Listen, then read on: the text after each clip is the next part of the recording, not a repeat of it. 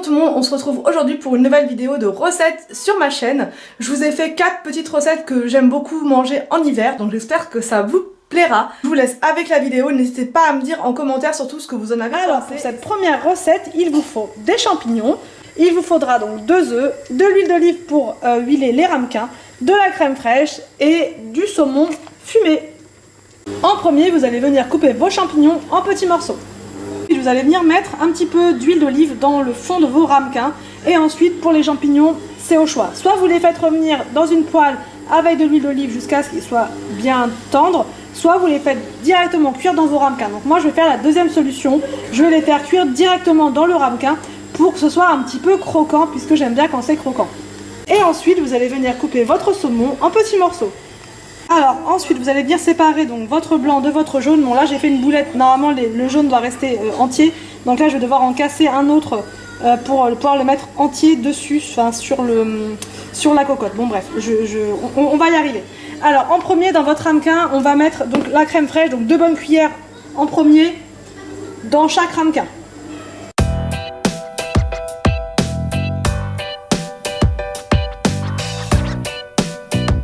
Donc là on va venir ajouter donc les 2 blancs d'œufs, donc 2 blancs d'œufs par ramequin. Donc là on va pouvoir enfourner pendant 12 minutes et les jaunes d'œufs vous les rajouterez donc à 12 minutes de cuisson et vous repoursuivrez la cuisson de 4 minutes. Donc là j'ai refait une tentative avec les jaunes, j'en ai recassé 2 et bim, encore le deuxième qui s'est cassé. Donc bref, je ne vais pas casser toute la boîte pour réussir à en avoir un intact. C'est pas grave, on aura des ramequins cocottes, un peu design on va dire. Alors donc au bout de 12 minutes de cuisson, ça donne ça. On va pouvoir rajouter les jaunes, normalement donc intacts, essayez de faire mieux que moi, ça serait pas mal. Et on va mettre donc 2 œufs par ramequin. Voilà, ça donne ça. Et ensuite donc on va mettre ça au four pendant 4 minutes. Et voilà les ramequins, cocottes, œufs.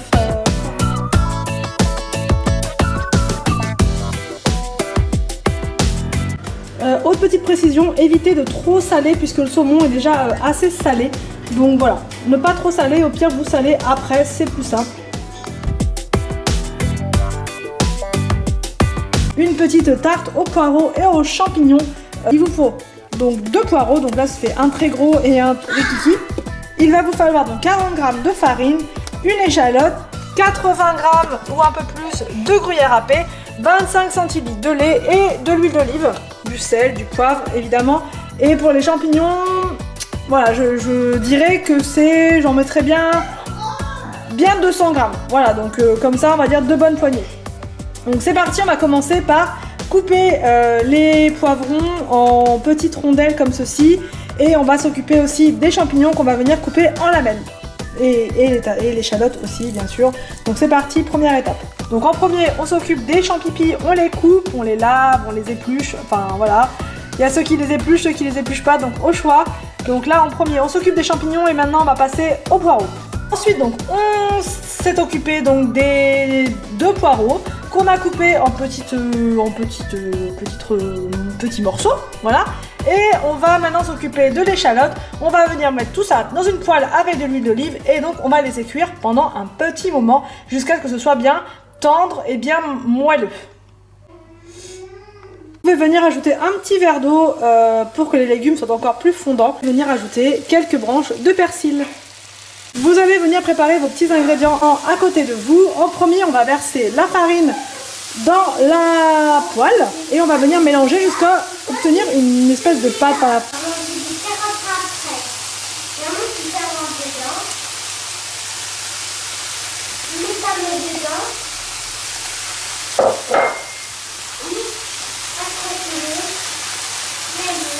On va ensuite venir ajouter le lait progressivement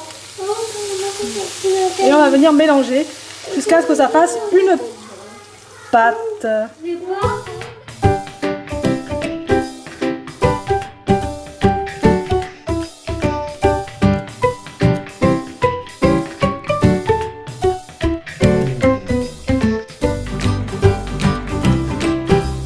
Vous allez venir ajouter ce mélange à votre plat à tarte.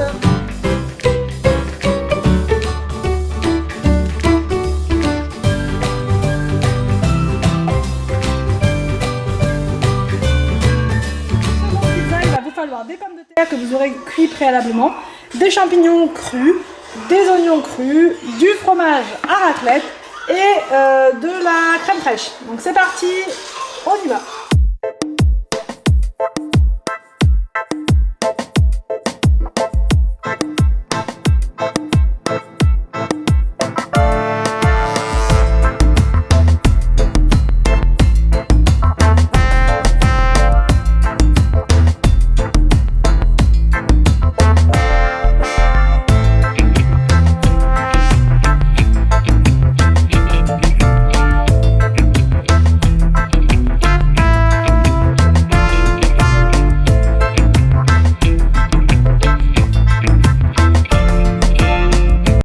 Cette dernière recette sucrée cette fois, il vous faut une pâte sablée comme ceci, du sucre, il vous faudra donc du beurre, il faudra donc 5 clémentines, un œuf et de la poudre d'amande.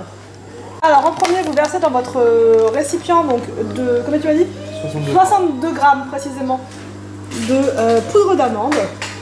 Alors vous mettez autant de poudre d'amande que de sucre, donc de nouveau 62 grammes, on va dire 60, on va arrondir à 60 grammes de sucre. Et vous allez venir mettre 60 grammes de beurre. C'est simple, c'est 60, 60, 60. Et vous allez venir faire fondre votre beurre à feu très doux. Vous allez donc ajouter votre beurre à votre préparation. Et on va venir mélanger énergiquement. Anthony. Oui. Quelle dextérité, c'est incroyable.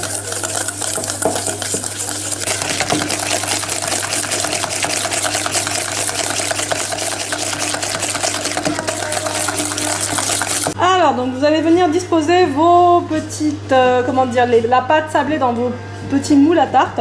Si vous voulez faire une grande tarte, c'est le même principe avec une grande tarte. Voilà. Donc là, pendant ce temps-là, Anthony, qu'est-ce que tu fais? J'épluche les clémentines. Alors, en premier, vous allez venir donc disposer votre crème d'amande dans votre tarte.